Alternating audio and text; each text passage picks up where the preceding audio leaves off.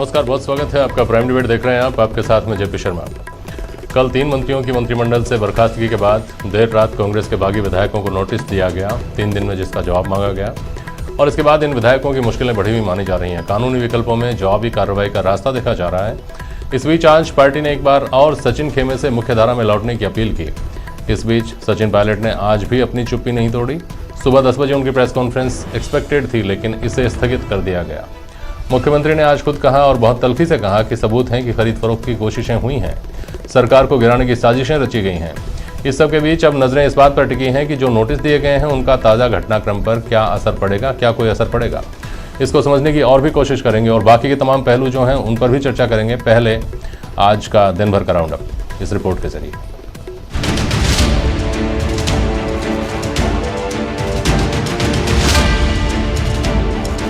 सियासी दंगल में कभी अशोक गहलोत बीज तो कभी पायलट। 4 दिनों से मरुधरा के महाभारत में दांव पर दांव चले जा रहे हैं। पायलट खेमा चुप्पी साधे है और कांग्रेस बार बार घर वापसी की गुजारिश। हालांकि कांग्रेस सचिन पायलट समेत 19 विधायकों को नोटिस जरूर भेजा है। 15 जुलाई पायलट खेमे के 19 विधायकों को विधानसभा अध्यक्ष ने भेजा नोटिस। सचिन पायलट को भी भेजा गया है नोटिस। पार्टी व्हिप की अवहेलना करने पर नोटिस जारी।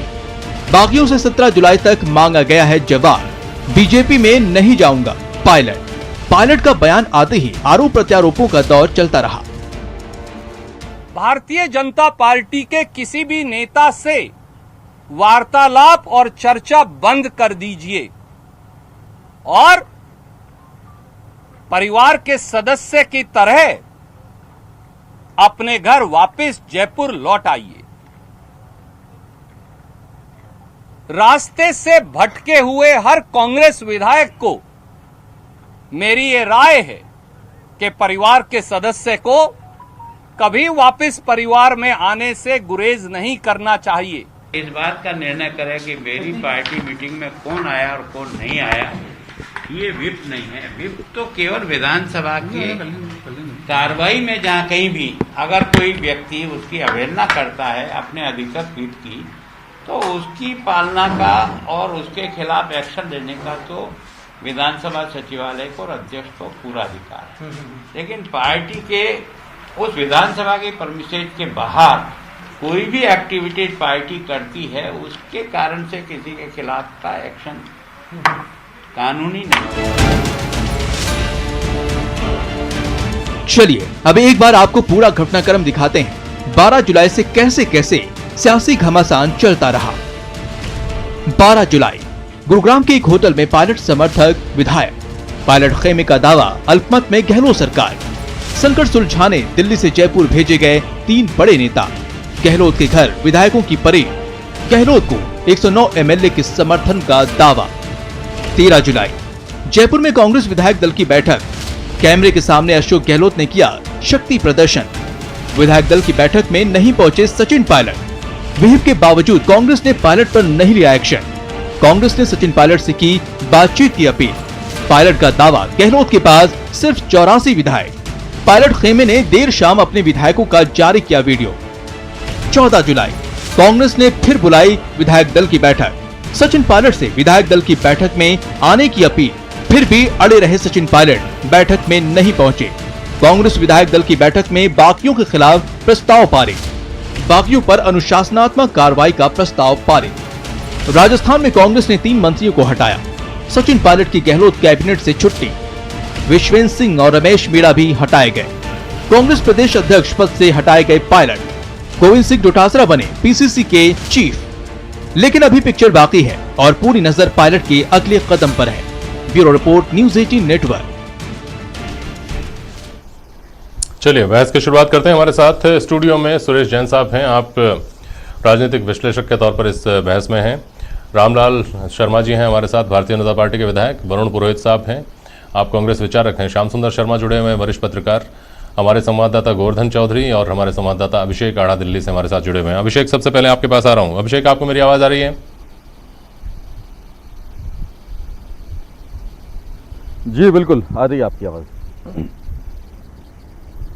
हाँ, अब नजरें सबकी आज अभिषेक दिन भर दिल्ली के ऊपर टिकी हुई थी और सचिन पायलट के अगले एक्शन के ऊपर टिकी हुई थी। उम्मीद ये की जा रही थी कि सुबह वो मीडिया से मुखातिब होंगे तो काफ़ी कुछ पता चलेगा कि उनके जहन में क्या चल रहा है और आगे की रणनीति उनकी क्या है, लेकिन ये पता नहीं चल पाया। अलबत्ता आज एक तो ये खबर आई कि सचिन पायलट अपने जो विधायक, उनके कैंप के जो विधायक हैं उनसे मिलने के लिए पहुंचे, और दूसरी बात ये, दिन भर इस बात को लेकर कयासों का बाजार गर्म रहा कि जो नोटिस दिए गए हैं सचिन कैंप के विधायकों को जो कि गुड़गांव में ठहरे हुए हैं, उसका उनके ऊपर क्या असर पड़ रहा है, क्या उनको लेकर कोई हलचल है। हालांकि भंवरलाल शर्मा का जो वीडियो आया उसने ये साफ कर दिया कि उनके तेवर तल्ख हैं, उनके ऊपर इस नोटिस से कोई फर्क नहीं पड़ रहा। अभिषेक आढ़ा।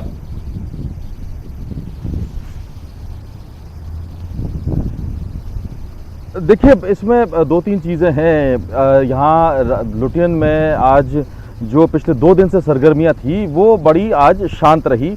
कोई तल्ख बयान या कोई बहुत तल्ख ट्वीट या पायलट खेमे की तरफ से कोई बहुत एक ऐसी कोई अपडेट होने वाली जानकारी आई नहीं।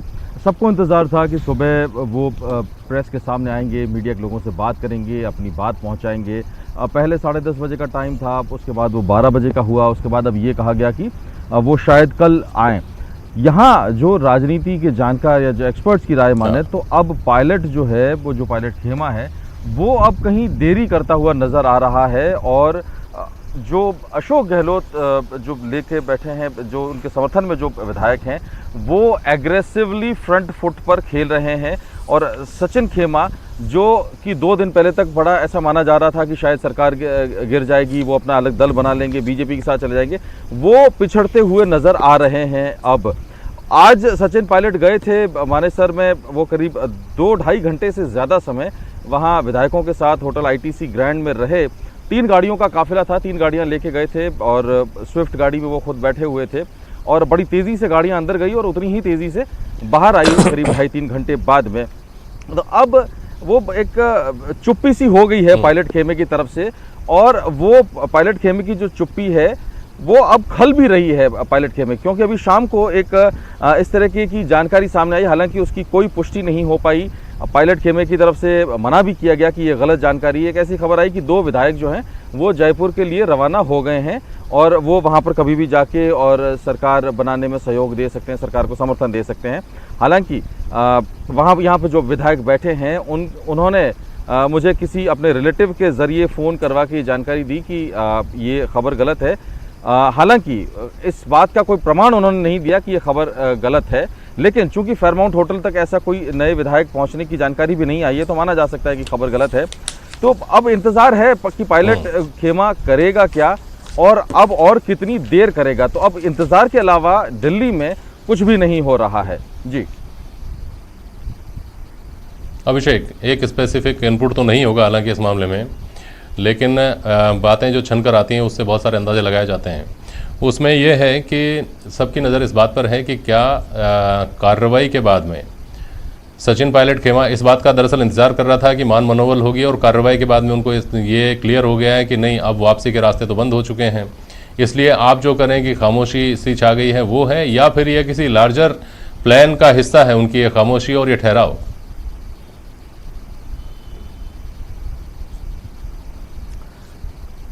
इस बारे में कयास ही लगाए जा सकते हैं क्योंकि इस बात के कोई पुख्ता प्रमाण नहीं है। और अब जो 2 दिन पहले तक पुख्ता जानकारियां किसी भी बात की नहीं है अभिषेक, तमाम कयास और तमाम जो संकेत मिल रहे हैं उन्हीं से सारी ये घटनाक्रम जो है वो चल रहा है एक तरह से।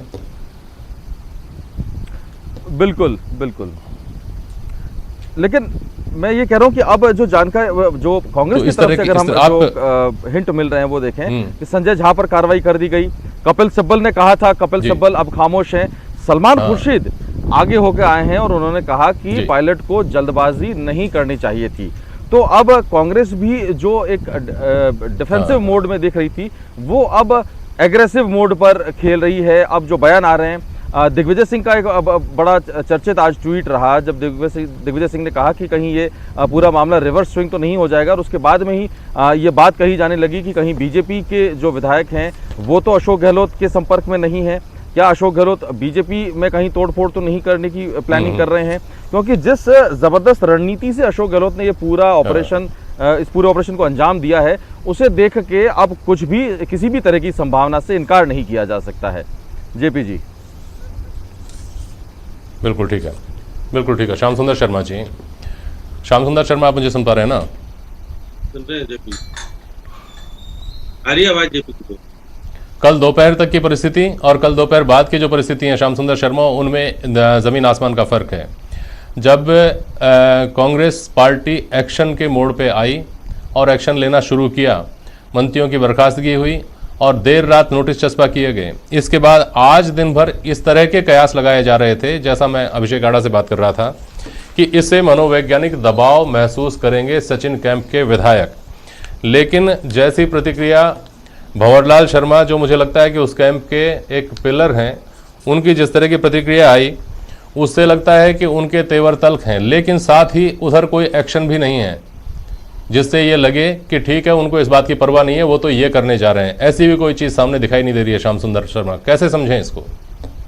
देखिए जेपी शर्मा जी, जिस प्रकार का कल का वातावरण था, जिस प्रकार से एआईसीसी के निर्देश के बाद, हाईकमान के निर्देश के बाद तीनों को बर्खास्तगी की गई और आपके विधायकों को देर रात को सरकारी मुख्य सचेतक सीपी महेश जोशी, सीपी जोशी को शिकायती पत्र भेजते हैं और रात को ही विधानसभा अध्यक्ष तत्काल नोटिस जारी करके अधिकारियों के माध्यम से रातों रात चस्पा भी करा देते हैं।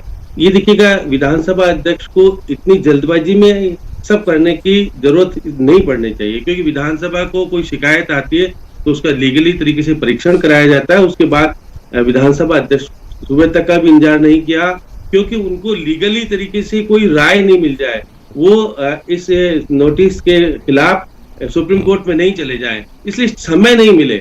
और आज मुख्यमंत्री जी की तरफ से जिस प्रकार से बयान आया, उससे तो एकदम से वातावरण गर्म हो गया। उन्होंने कहा कि मेरे पास सबूत है, और जो कर रहे थे वो खुद पीसीसी अध्यक्ष और उप मुख्यमंत्री खुद थे शामिल।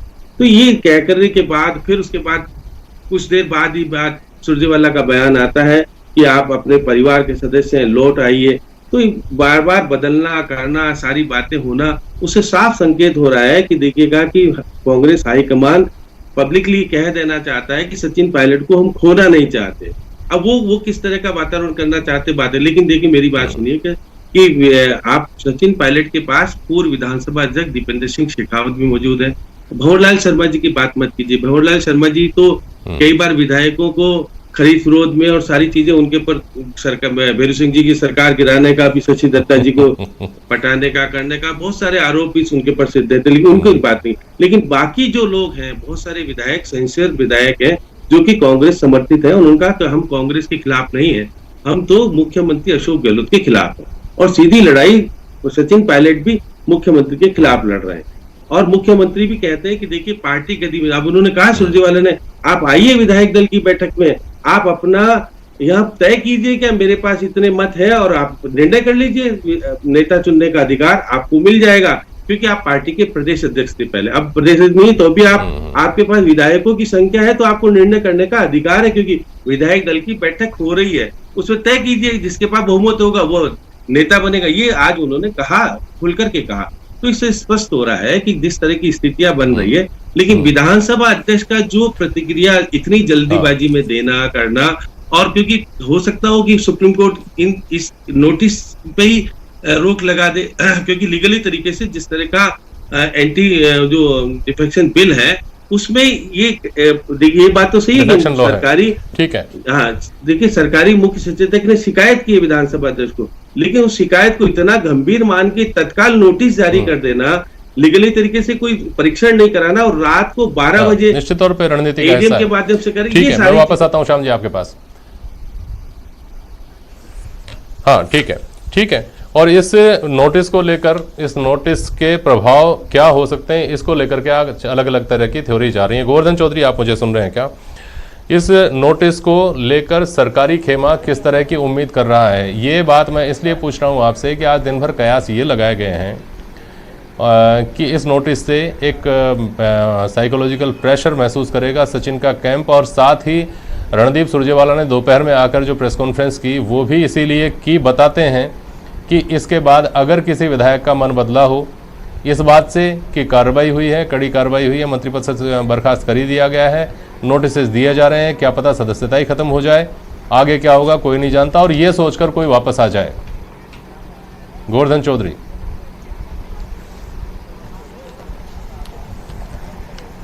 बिल्कुल, ये जो रणनीति का हिस्सा तो यही था और ये कल ही नोटिस देने की जो प्रक्रिया है वो देर रात शुरू कर दी गई थी। जो भी माध्यम हो सकता है नोटिस देने का, उस माध्यम से सारे जो बागी विधायक हैं उनको नोटिस दिया गया। बाद में सत्ता खेमे की ओर से दावा ये किया गया कि करीब 5 विधायक सचिन पायलट कैंप के हैं, वो उनके संपर्क में हैं और वो यहाँ पर आ सकते हैं। हालांकि अभी तक कोई भी विधायक है वहाँ से कोई आने की बात हुई नहीं है। सत्ता खेमे की ओर से दावा ये किया जा रहा है कि उनके वो संपर्क में जरूर है। अब कितना मनोवैज्ञानिक असर उनके ऊपर पड़ता है ये आगे देखने वाली बात होगी। ठीक बात है।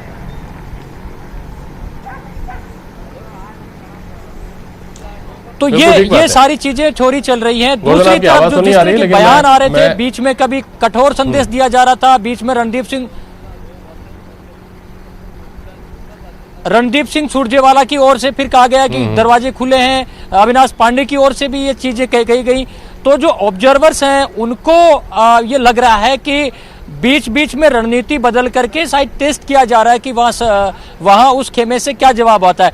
लेकिन बाद में भंवरलाल शर्मा की ओर से शाम को जिस तरह का बयान आया, उससे और पेचीदगी खड़ी हो गई कि जो नोटिस दिए गए हैं उसको लेकर के कोई दबाव में सचिन पायलट खेमे के जो बागी विधायक हैं वो उस दबाव को उस तरह से लेने को तैयार है नहीं। तो अब जो सूत्र कह रहे हैं उनके मुताबिक 17 तारीख को जो बागी विधायक हैं उनकी मेंबरशिप रद्द हो सकती है। जिस तरह के जो कानूनी दृष्टांत है उनको तलाशा जा रहा है। विधानसभा अध्यक्ष की ओर से अगर उनको नोटिस सर्व किए गए हैं, इसका मतलब यही है कि ये जो कानून है, इस कानून दल बदल कानून के मुताबिक ही आगे चीजें बढ़ेंगी। 17 तारीख तक का इनको वक्त दिया गया है और 17 तारीख को देर रात को विधानसभा अध्यक्ष हैं वो फैसला कर सकते हैं। इस नोटिस पर ही बात करते हैं और इसका जो तकनीकी पहलू है उसको समझने की कोशिश करते हैं। मैं वापस आऊंगा आपके पास। सुरेश जैन साहब, जो नोटिस दिया गया है, आज दिन भर से चर्चा यही है कि उसकी लीगल सैंक्टिटी क्या है, कितना असर डालता है, कितना असर वो नहीं डालता है, कितना उसके बारे में सही दावा किया जा रहा है, कितना उसके बारे में केवल अंदाजा है। मैं जेपी शर्मा जी आपका ध्यान एक बात की ओर आकर्षित करना चाहूँगा जी। अभी तक जितनी बहस सुबह से लेकर शाम तक चल रही है, जिसपे कहीं ना कहीं मैं भी हिस्सेदार था जी, कि जो विप जारी किया गया था उस विप के उल्लंघन के कारण याचिका दायर की गई है।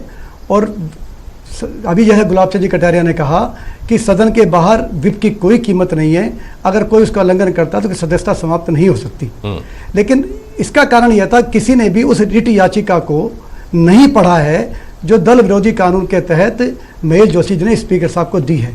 उन्होंने कहीं भी उसमें यह नहीं लिखा कि विप का उल्लंघन करने के कारण हम इनको सदस्यता से निष्कासित करने के लिए, कार्रवाई करने के लिए आपको निवेदन कर रहे हैं जी। दल विरोधी कानून की धारा के अंतर्गत पहला कारण यह बनता है कि यदि कोई सदस्य जी अपनी स्वेच्छा से अपने पैतृक दल का त्याग कर देता है तो उसकी सदस्यता दल विरोधी कानून के तहत समाप्त की जा सकती है। ठीक है। और वो जो याचिका महेश जोशी ने, चीफ व्हिप ने पेश की है, उस याचिका के सेकंड लास्ट पैरा में यही वर्ड्स यूज किए गए हैं कि हमने उनको 2 बार मीटिंग में बुलाया और दूसरी बार मीटिंग में भी नहीं आए, तो वो कहते हैं will be deemed to be clear and categorically evidence of your intention to disassociate from the Indian National Congress and its ideology and will invite action against per the relevant status of the Constitution of the India।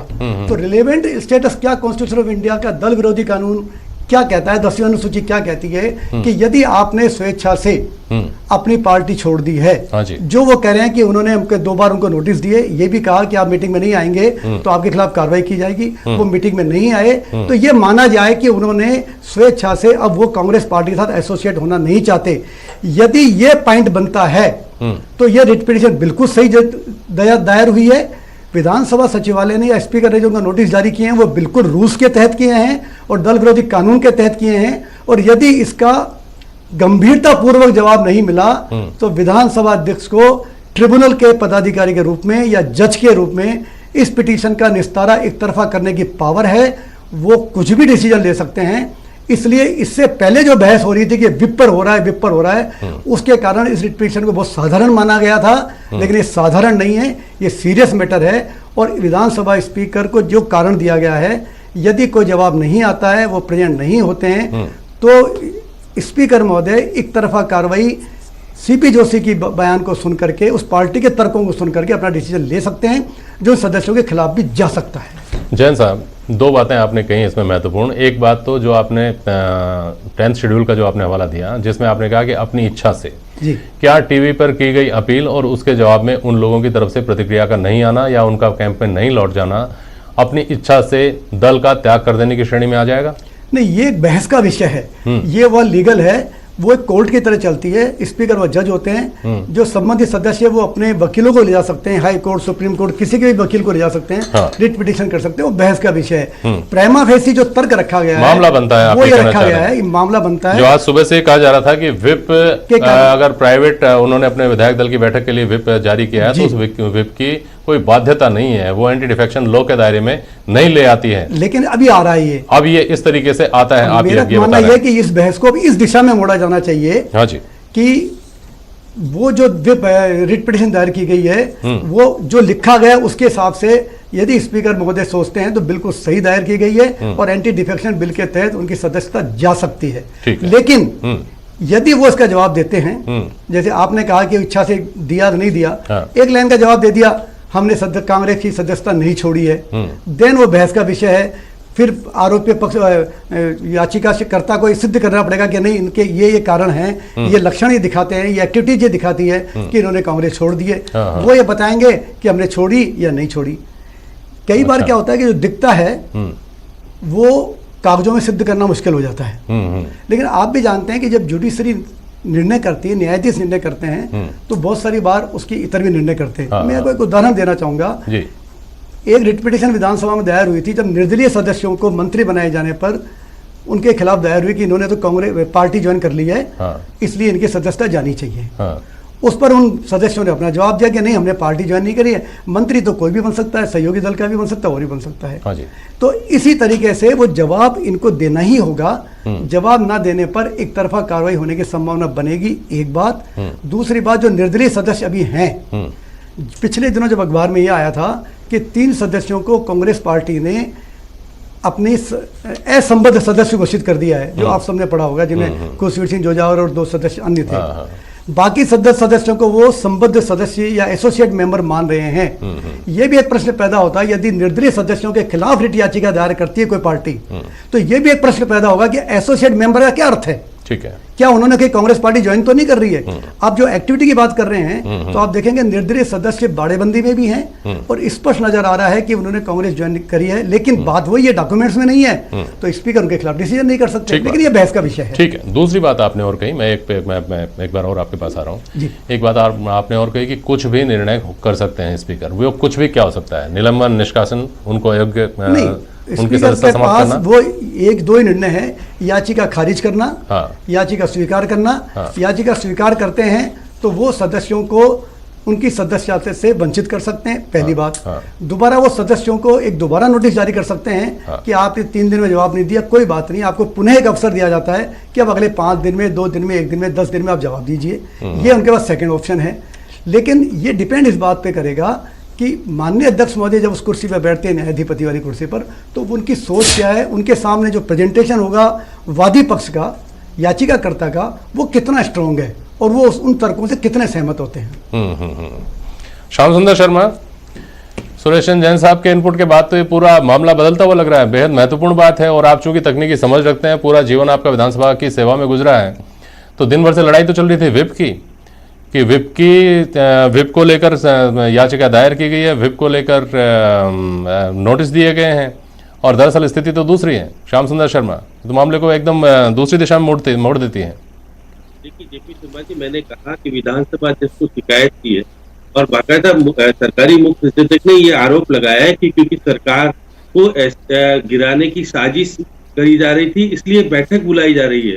विधानसभा का नेता फैसला करने के लिए वो बैठक बुलाई गई थी। अब बैठक बहुत जरूरी, क्योंकि देखिए जिस प्रकार से प्रकाश जी जो कह रहे हैं कि सचेतक ने लिखा है कि बैठक क्यों बुलाई जा रही है, वहां पर यह तय किया जा रहा है कि नेता के पास समर्थन है या नहीं है। ये चैलेंज हो रहा था, इसलिए उस समर्थन और पर्यवेक्षक पार्टी के आए हुए हैं दिल्ली से, और ये और पार्टी के जो सदस्य हैं उसका आना आवश्यक है, वो नहीं आ रहे। यही तो विधानसभा अध्यक्ष को शिकायत की है। विधानसभा अध्यक्ष ने नोटिस दिया है, नोटिस का अगर वो जवाब दे देते हैं कि हम तो इस कारण से नहीं आ पाए बैठक में, हम पार्टी विरोधी गतिविधियों में शामिल नहीं है सारी थी, लेकिन देखिएगा उसके बाद एसओजी का मामला भी शायद उसमें आ जाएगा बाद में। देखिए, जो अगर पार्टी संबंधित वो जवाब देंगे तो कहेंगे देखिए ये गतिविधियों में शामिल है और ये सरकार को गिराने में साजिश कर रहे हैं। ये देखिए बहुत बड़ा। और उसके बाद सदस्यता निलंबित जो समाप्त करने की बात हो रही है, और 6 साल तक चुनाव नहीं लड़ पाएंगे, ये डिसीजन भी हो सकता है। इसलिए ही तो पेचीदगियां बढ़ती जा रही है। ये अभी समझ नहीं पा रहे, लेकिन आने वाला समय आपको बताएगा कि इसमें एसओजी भी आएगी और बाकायदा विधानसभा अध्यक्ष इनके जवाब के बाद एसओजी के डीजी को भी बुला सकते हैं और वो सारी चीज रिकॉर्ड पे ला सकते हैं, और फिर वो स्टेब्लिश करेंगे कि ये साजिश में शामिल है।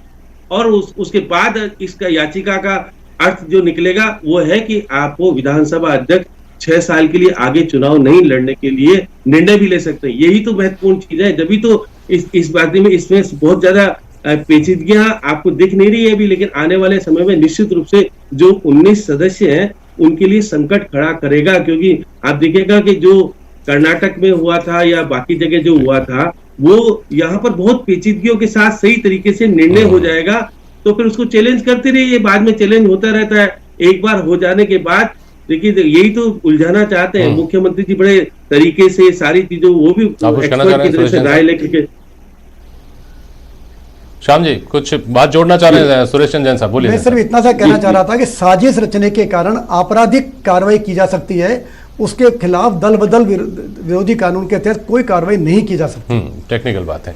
चलिए यहाँ एक छोटे से ब्रेक के लिए रुक रहे हैं, वापस लौटूंगा। आप सब जुड़े रहिए मेरे साथ।